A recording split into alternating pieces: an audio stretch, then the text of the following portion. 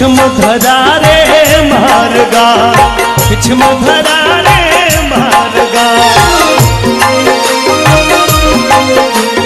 अलबेलो असीवार जी, अलबेलो असीवार जी, पिछम धरा